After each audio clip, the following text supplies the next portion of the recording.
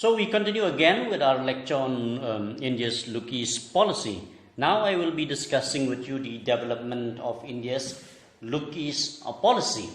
So India's Look-East policy, as I said earlier, was the brainchild of Prime Minister P.V. Narasimha Rao and his government, and it was initiated and implemented in the form of threefold strategies.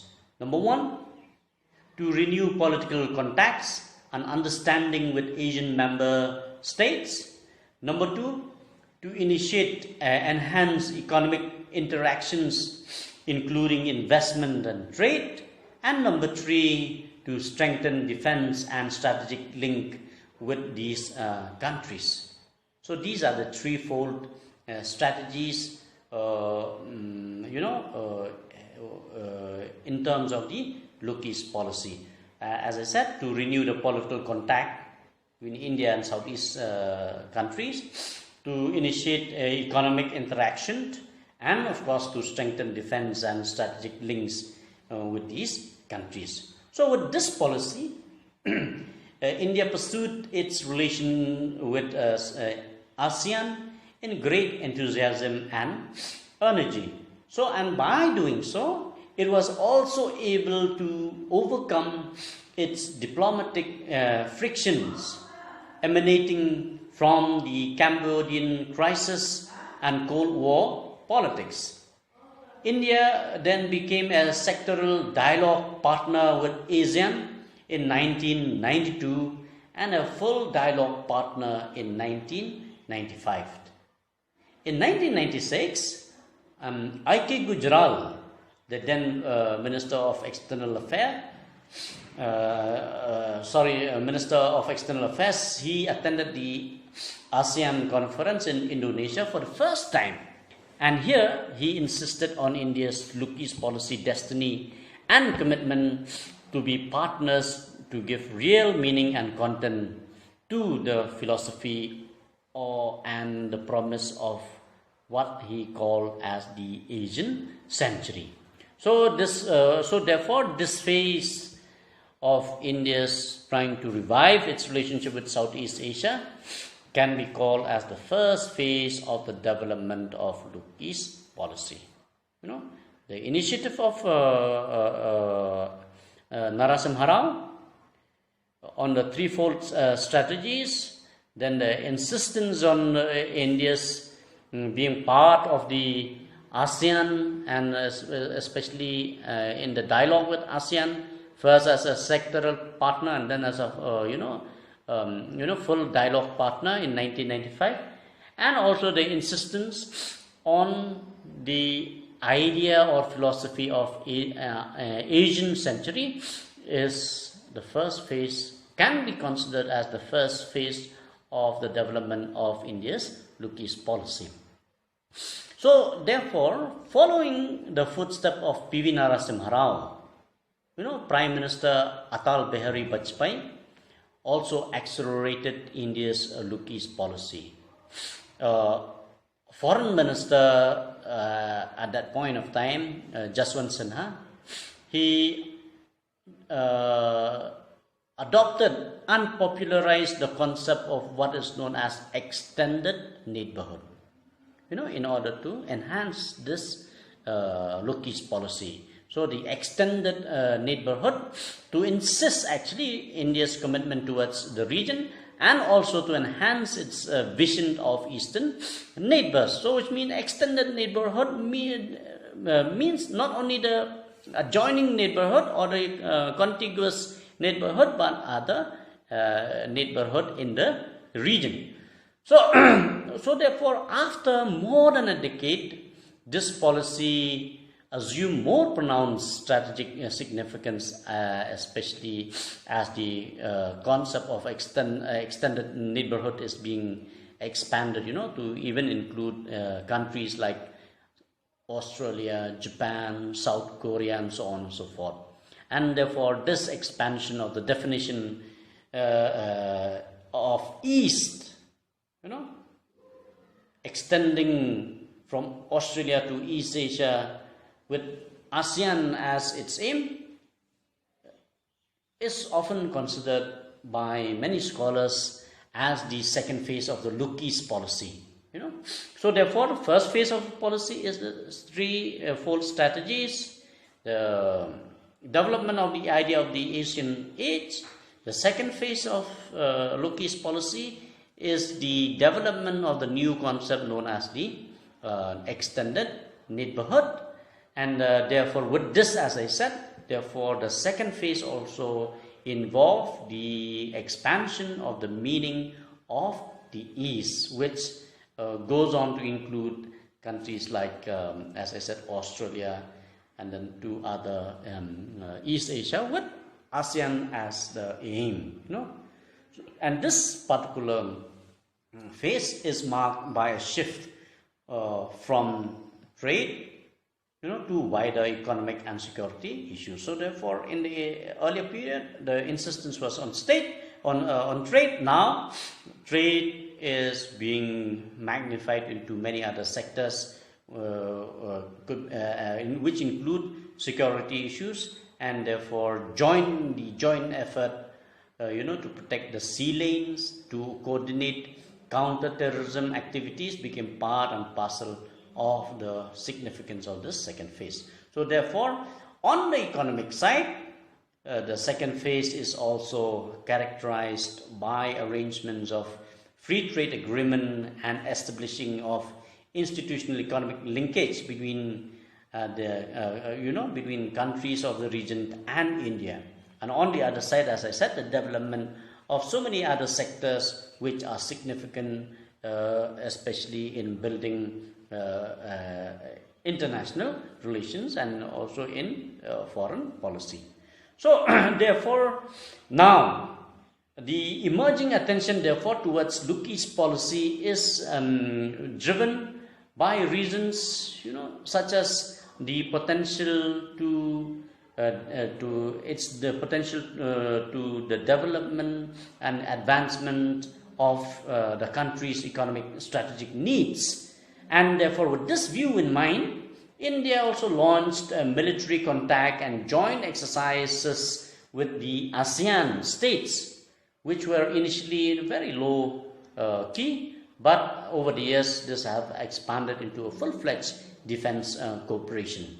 And these engagements have enhanced also India's multi-directional defense diplomacy in Asia, especially after the wake of the 9/11 attack, especially under the Southeast Asia's leadership as the second front of terrorism.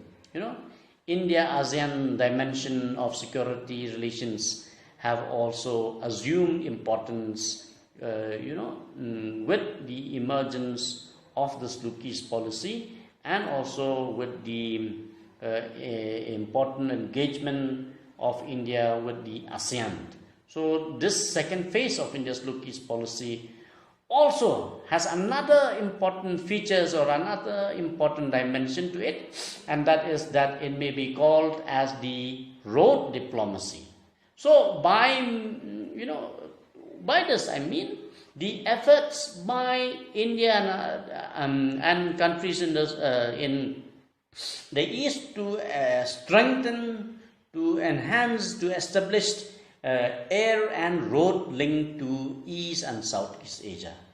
So this initiative is important because it helped build transport corridor, and which also led to the trilateral highway projects involving India, Myanmar and Thailand, the ongoing project, and then the railway link between New Delhi and Hanoi are some of India's policy in making effort to break that artificial political barriers between the subcontinent and Southeast Asia. So therefore this is also a very important features or a very important item in terms of India's Look East policy.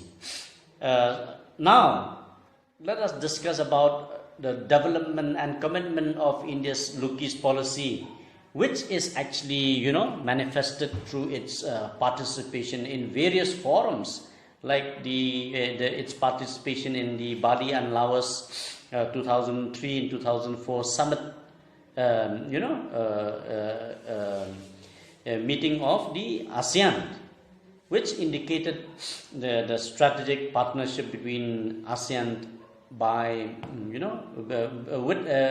between ASEAN and India by signing what is very significant treaty, which is known as the Treaty of Peace, Cooperation and Amity. So this signing of this Treaty of Peace, Cooperation and Amity give way to many other aspects of the Look East policy.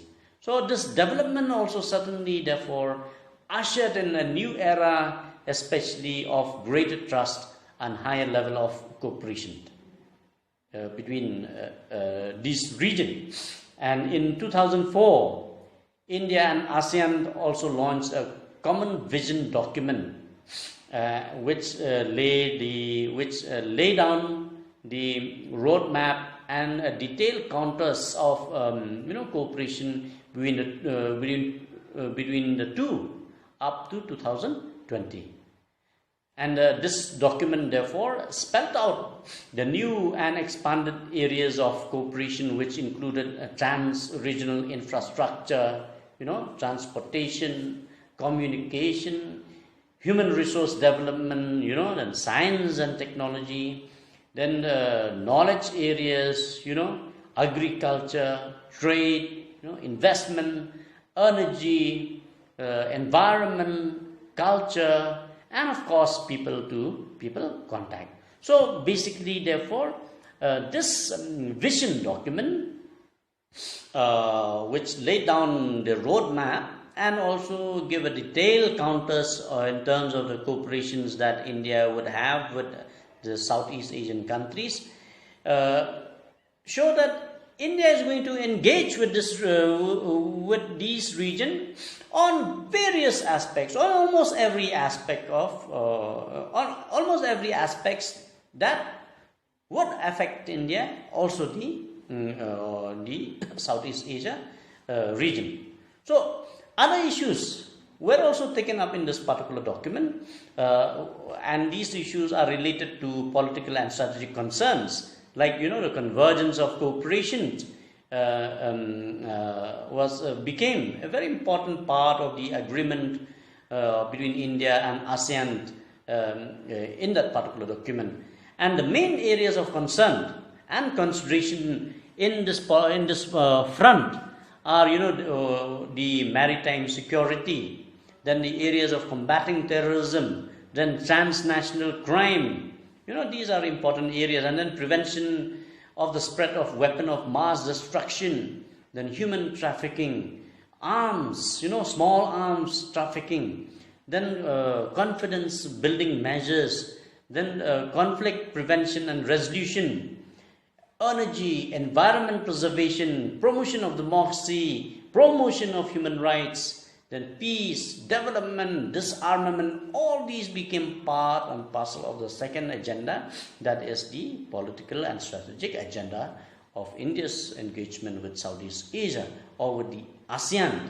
And therefore, in this way, it can be said, it must be understood that the second phase of India's Look East, while the second phase of India's Look East policy witnessed significant initiatives and steps taken by the Indian government in its pursuit, it also added content and meaningful direction to its growing relationship with Southeast Asia. So this is also a very, very important aspect of the ongoing development of the evolution of the relationship between India and Southeast Asia, or what is known as the Look East policy.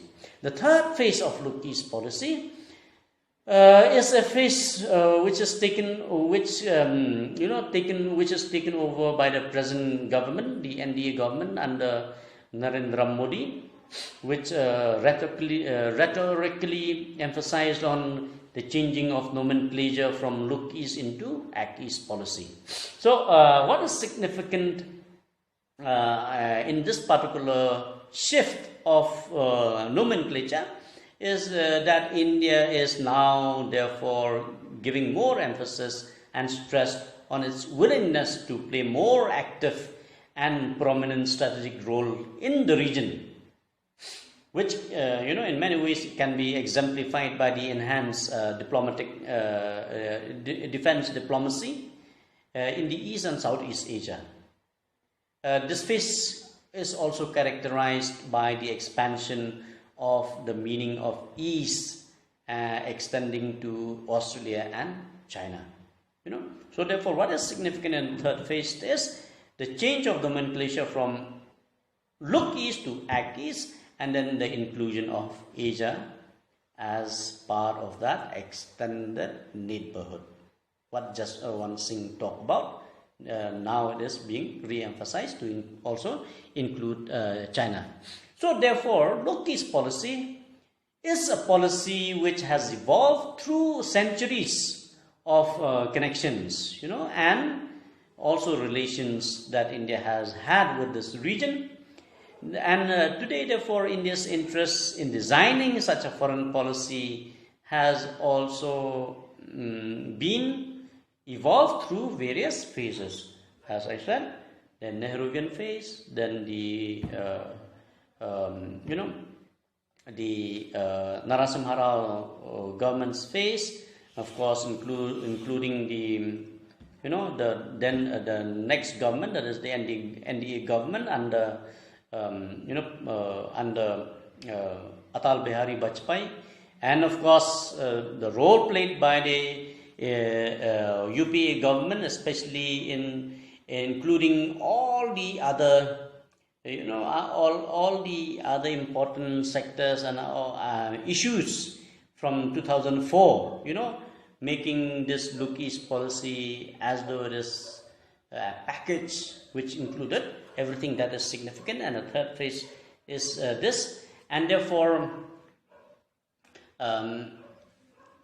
we can say that over the years this policy has been added with more content and meaning, and it has also expanded the terrain beyond ASEAN to countries like Japan, Australia, Korea, and even China. So therefore, from the period when India had been wary of regional consolidation and formation of such organizations, today Look East policy only indicate that India has considerably changed its position to world politics, and as such, therefore now it is playing a very significant role in contributing to a more proactive and participatory regional organizations. And India now is also playing a very important role in the SAARC. We all know about that. Okay. Now, let us discuss a little bit on Look East policy and its impact on Northeast India. So, India's Look East policy and the agenda for eastward thrust certainly make Northeast region as the frontier, both in terms of political imagination and for logistic implications. So there are two major impacts of Northeast of Look East policy. One is at the political front, and the other is at the economic front, and the third is of course in terms of international trade. But I can say that so far Look East policy have had little or no impact on the region, except that the region is getting more impetus with regard to the developmental agenda of the government, especially, like I said, the trilateral road link which is coming through the Northeast region. Apart from that, then of course many other, like the Northeast India industrial policy, which is enhancing India Northeast region as the industrial hub of the region. These are important aspects of how the Look East policy has actually had impact. So therefore, let us begin by saying that given the location of the region, And, the physical bridge between India and Southeast Asia nations is only through the states in the region. Therefore, Loki's policy, without stressing Northeast as the main route, is certainly futile. And therefore, with the increasing significance of this foreign policy of India, emphasis on making the region as the center of the expansion of India's influence into Southeast Asia is also gaining importance over as this policy also gets more significance. So therefore, in this regard, with Loki's policy, Northeast India as a region is certainly witnessing the impact in terms of development of infrastructure like road widening, expansion of air connectivity, then extension of railway networks, then opening and reactivating of dormant trade routes, and of course facilitation of border trade and also transit point. So these are a few important things at the economic front which the Northeast region is expected to see changes or transformation. The region also appears therefore inextricably tied to the fate of the Loki's policy, as it is bound to have implications especially on the use and extraction of resources from the region. Moreover, from the political point of view, the policy is definitely deemed to have rapid transformation in the region, especially by rescuing it from the clutches of insurgency, and of course this is already the trend in Northeast India. Today, Northeast India is largely free from these kinds of problems, and the region which was ridden by subnationalism is certainly bound to be impacted by this policy, because the region is preparing to share a broader network of power if it becomes the hub of this major foreign policy of India. So therefore, the region is certainly going to be the center of capital and market, and if it is the center of capital and market, it is also going to be a new emerging center of power. And therefore, certainly there are extrapolation, or there are assumption that the stream of activities would supposedly make politics in the region also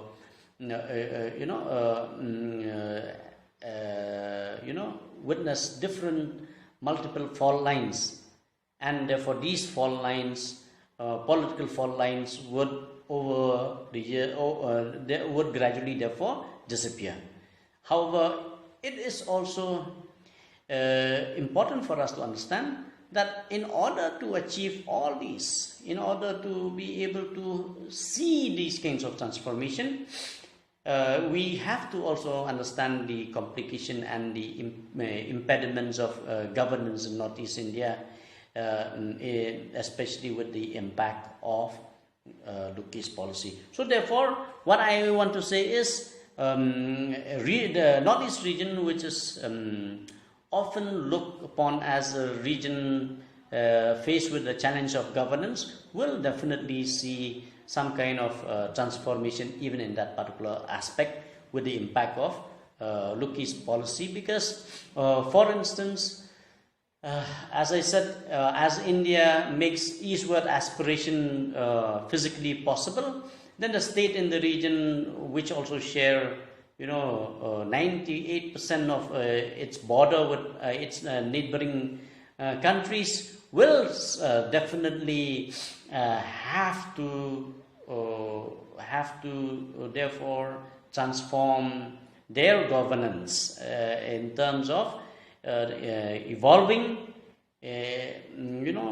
efficient and effective institutions that has the capacity to deal with all the problems, with all the issues that are often being criticized for their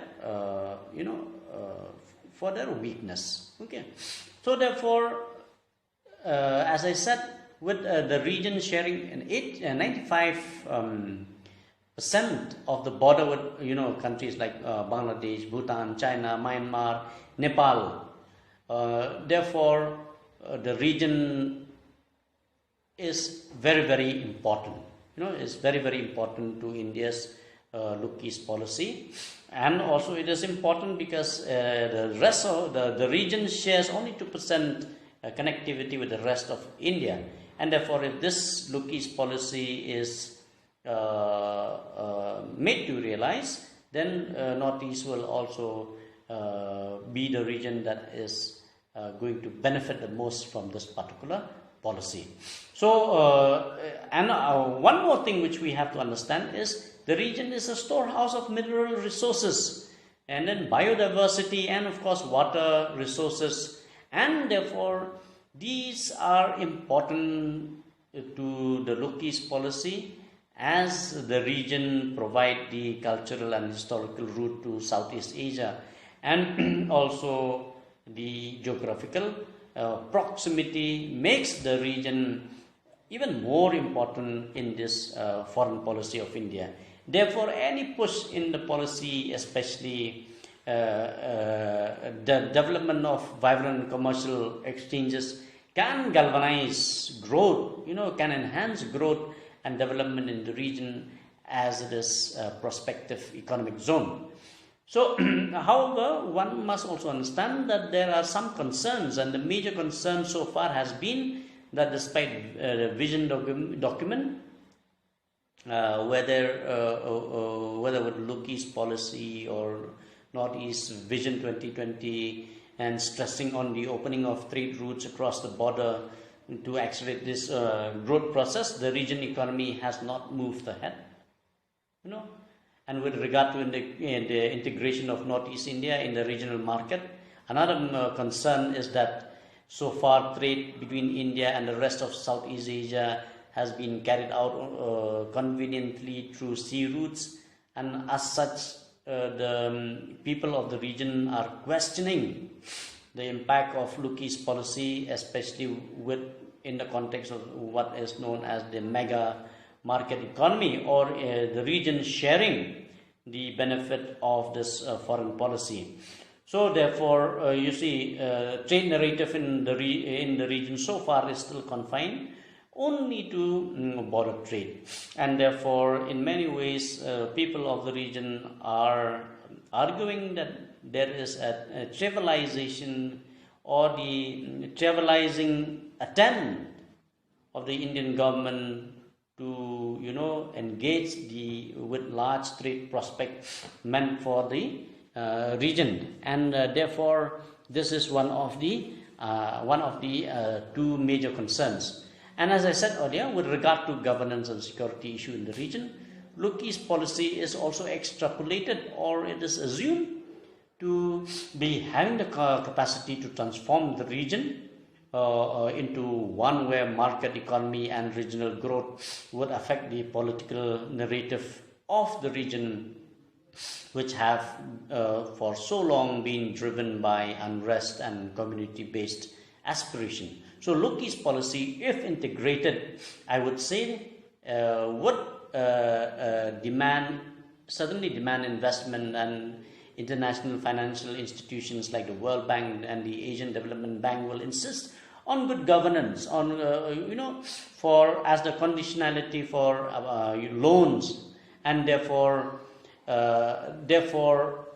with Look East policy, it is certain that there would be the creation of new institutions as soft measures on one hand, then enhancing governance on the other, and on the other front, of course, there may be also resistance, there may also be confrontation, as India might certainly use hard measures like imposition of draconian law in order to straighten the community aspirations in the region. So therefore, in this way, it is probable that the center-state relation and the federal governance would be made conducive, yet with various challenges.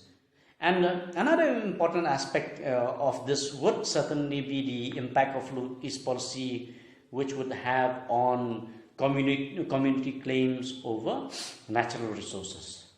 What I mean by this is, so far, most of the communities in Northeast India are practicing, sort of communitarian economy. Means most of the share of natural resources of land and so on and so forth are being claimed by the community rather than individual.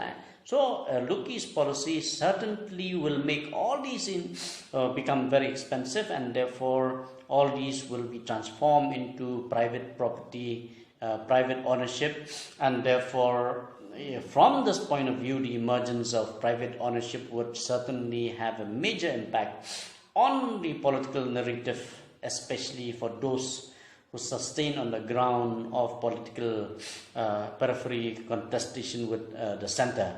So therefore, I can say with certainty that even from this point of view, Loki's policy is making great impact on the cultural and ethnic politics of Northeast India. And therefore, Loki's policy has changed, is going to change the perception of Northeast India from which was once appreciated, that is the anthropological view during the colonial era, then from the security point of view during the post-colonial era, into a new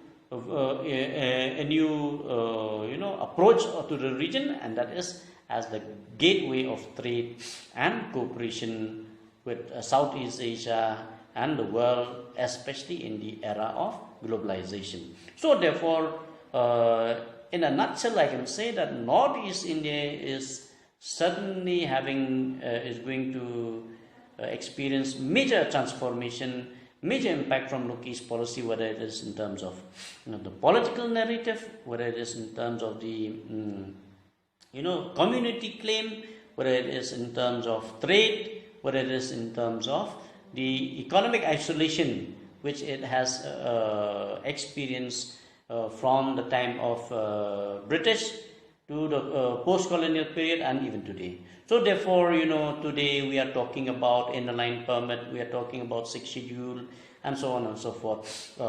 Probably, I believe that Loki's policy is going to transform all these institutions from one of institutions of restrictions into institutions of enhancing the economic interests of the indigenous people, and that would be possible only if political narrative in the region are also